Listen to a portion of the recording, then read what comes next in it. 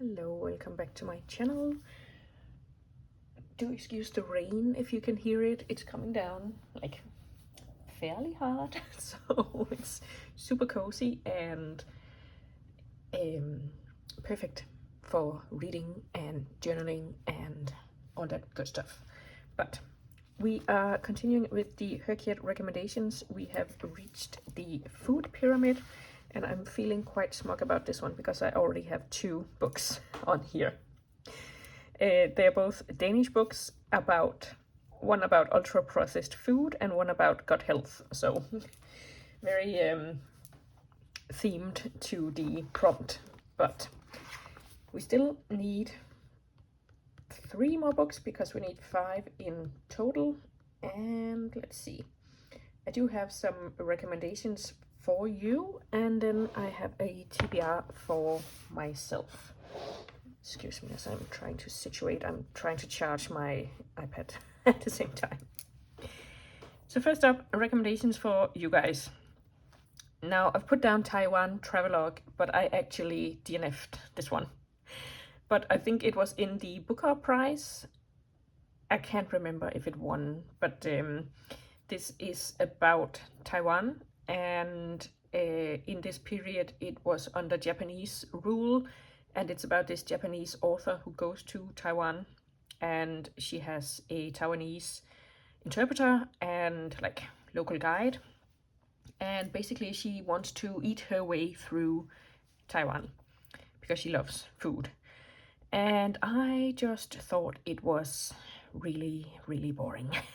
Like nothing was happening except them going places and her eating food.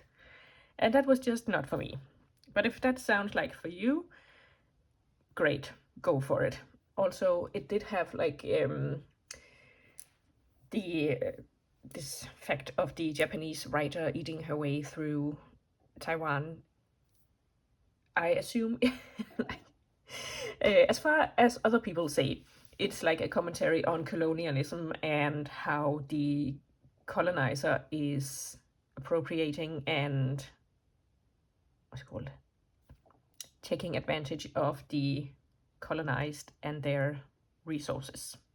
Anyway, yeah, and this, it's a bowl, but I'm going to assume it's a bowl of noodles because there's a lot of that.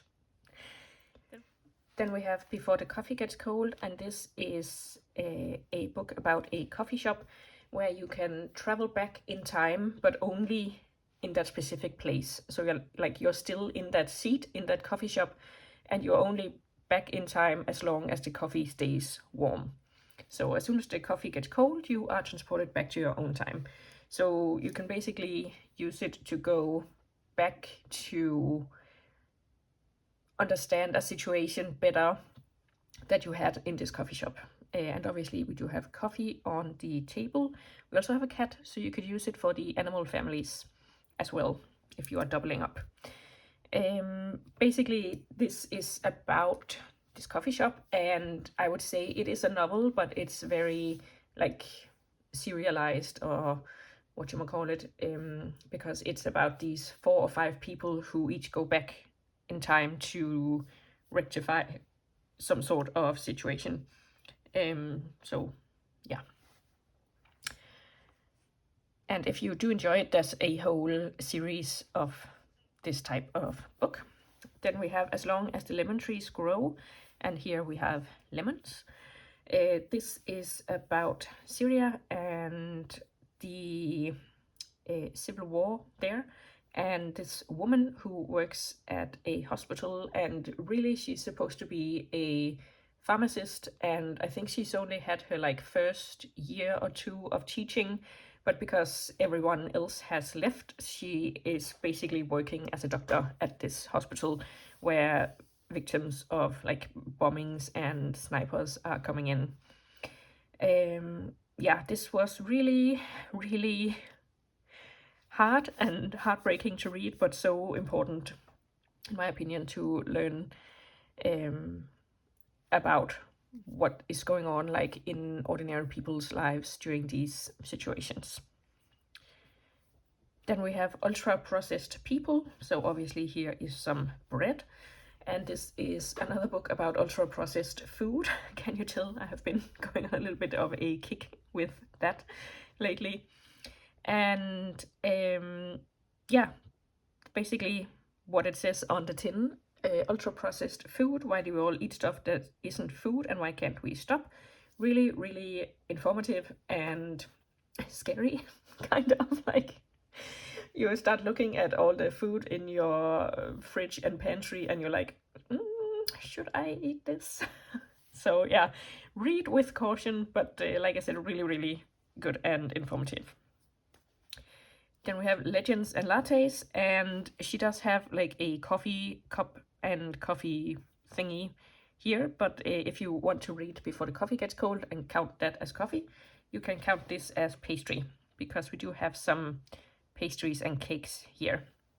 And this is basically about an orc who is retiring from the orc lifestyle of, not banditry, but like, what's it called? Going out on adventures and stuff. And she just wants to buy a little coffee shop and introduce this small town to coffee. And then it's basically just like everyday slice of life in this cafe. We also have A Psalm for the Wild Build, a monk and robot book, and this is basically about a tea monk. So we do have him, or them, I should say. They are non-binary as far as I can tell. So we do have them decks with a cup of tea here, and we also have a Mosscap, is the name of the robot, and there are also some butterflies here, so you can also use that one for the animal families, and you can also use it for the biome, because I would consider this a forest, because they are basically going into the forest. But this is about Dex, who is not really happy with the life that they are living, so they go into the forest to try and just make some new experiences. And then they meet Mosscap, who is a wild-built robot, which means that Mosscap has been built completely in the wild, because ages and ages ago, humans had robots as helpers, but then the robots became sentient and decided to leave. And the humans let them, and the robots left. And now the robots, like out in the wild, have started to question whether the humans are doing all right.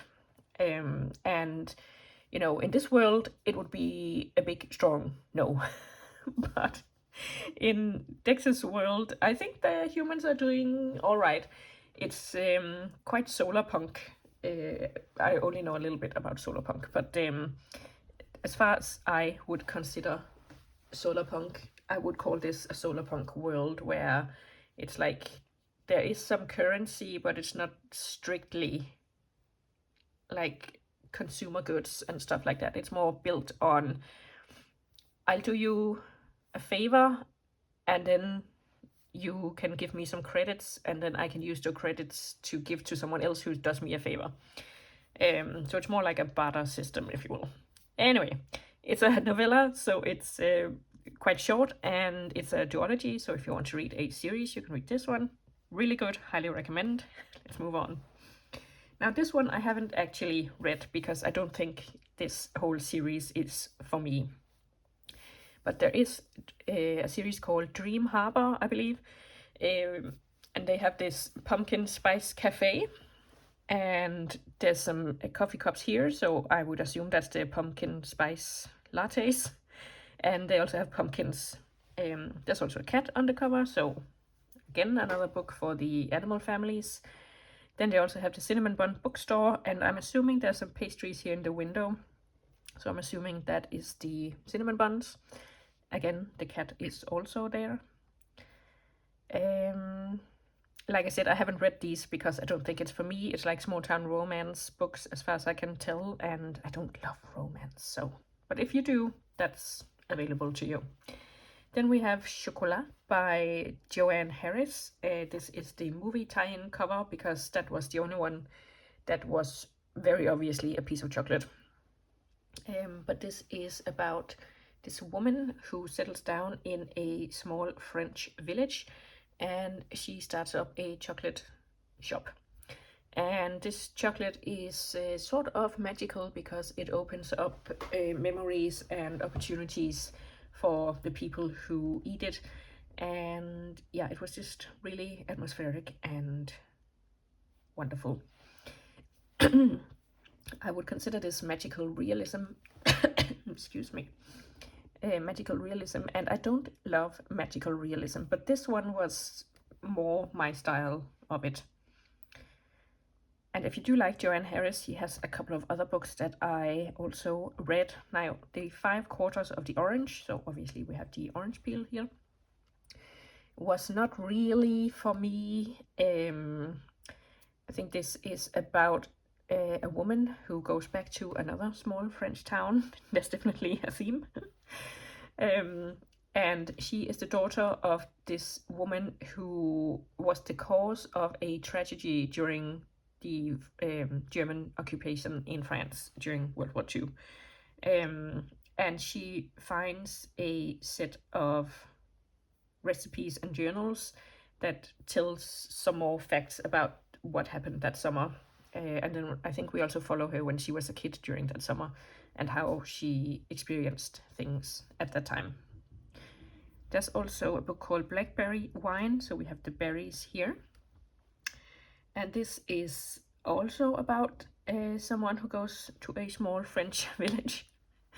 But basically, there's this guy who has an older neighbor who has done this wine. He's made this wine. And I believe the neighbor either dies or leaves, and he's always been talking about this chateau in France that he owns. And the younger guy decides to go there because I think it's left to him or something. And then it turns out the older guy wasn't really telling the truth. But he goes to this chateau in France and meets the people and, builds a life for himself there. And also the blackberry wine is sort of magical. Again, it's like that touch of magical realism. Yeah, you can also do with The Fire on High. This is YA, as far as I believe. And we have some citrus fruits on the cover and maybe some like vanilla beans, maybe.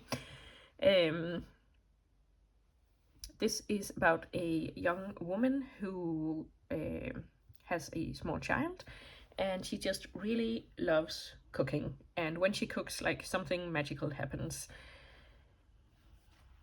It's been a while since I read it, but I enjoyed it, and it was all the rage when it first came out. So definitely can recommend that. Now, as for my own TBR,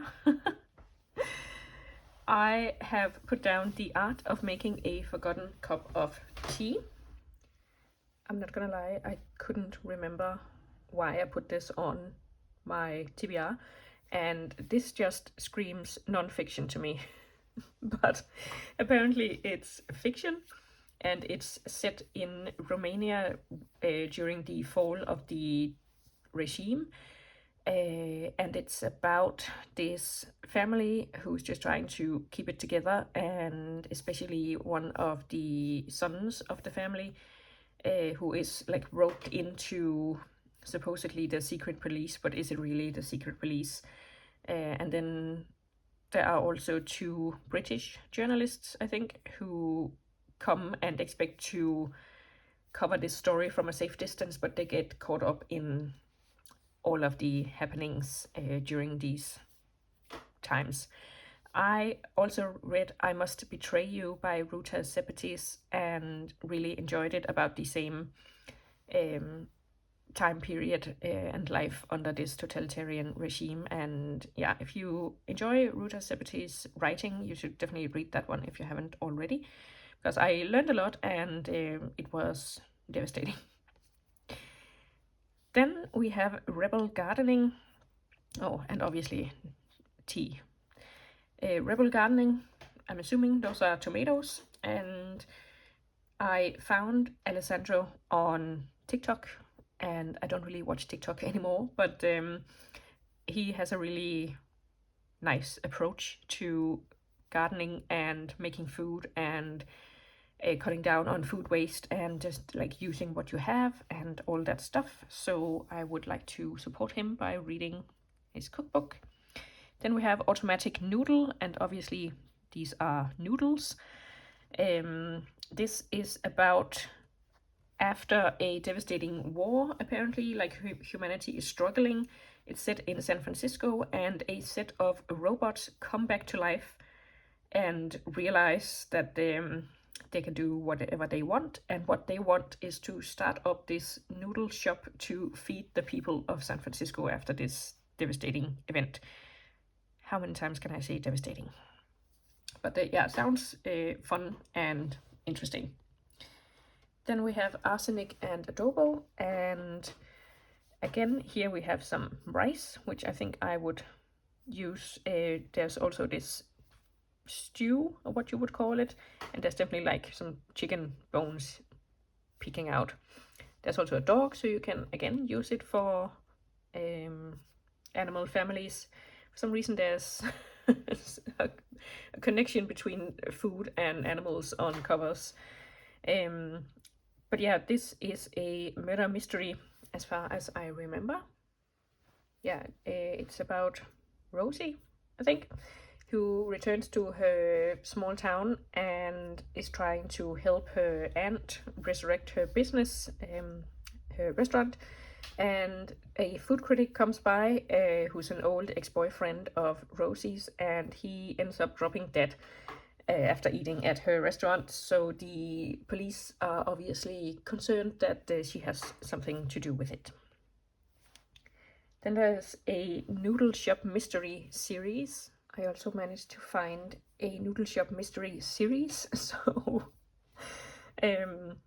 there's a lot of noodles on the cover and a lot of Chinese food because this takes place in a Chinese restaurant.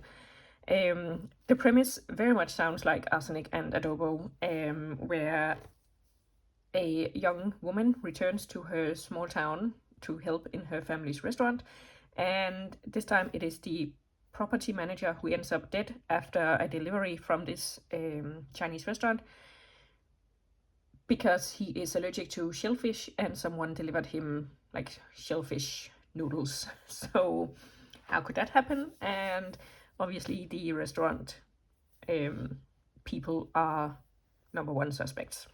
So that could be fun too. Then there's also Salt, Fat, Acid and Heat, Mastering the Elements of Good Cooking.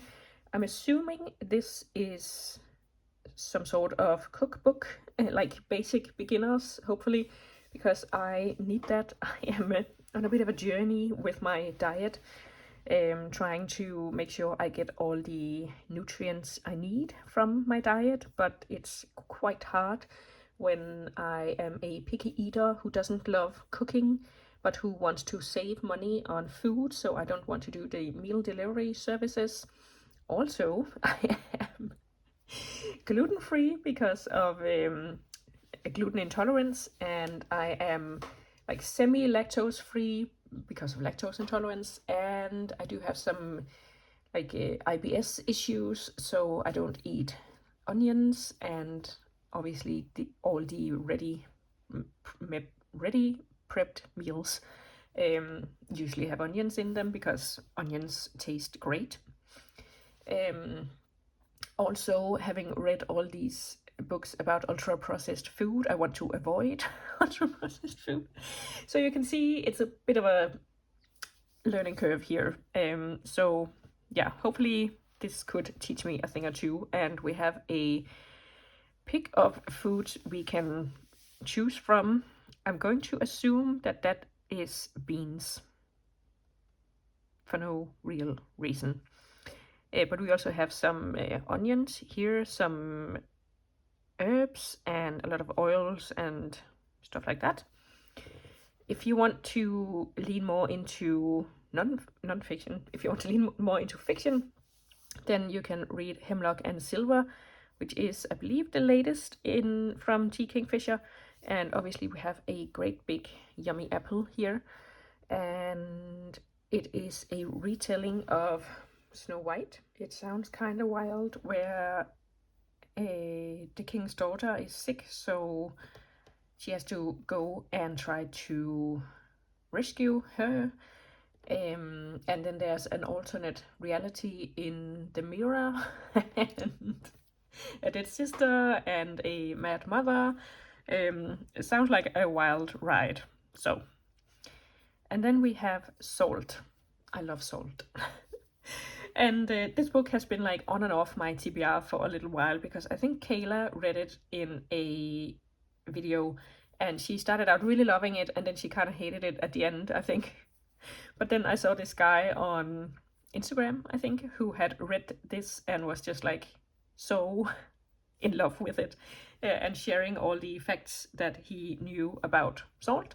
And since I really love Salt, I figured it would be fun to read the history of Salt. And that is all the stuff for the food pyramid. So let me know what you've read. How granular have you gone with the division of the food pyramids? Like, I've just gone cheese, but I guess this should be dairy. So cheese and veggies. So I need some sort of protein, some sort of sweet, and some sort of carb maybe. Yeah, let me know what you've been reading, and I'll see you soon with another video. Thanks for watching. Bye!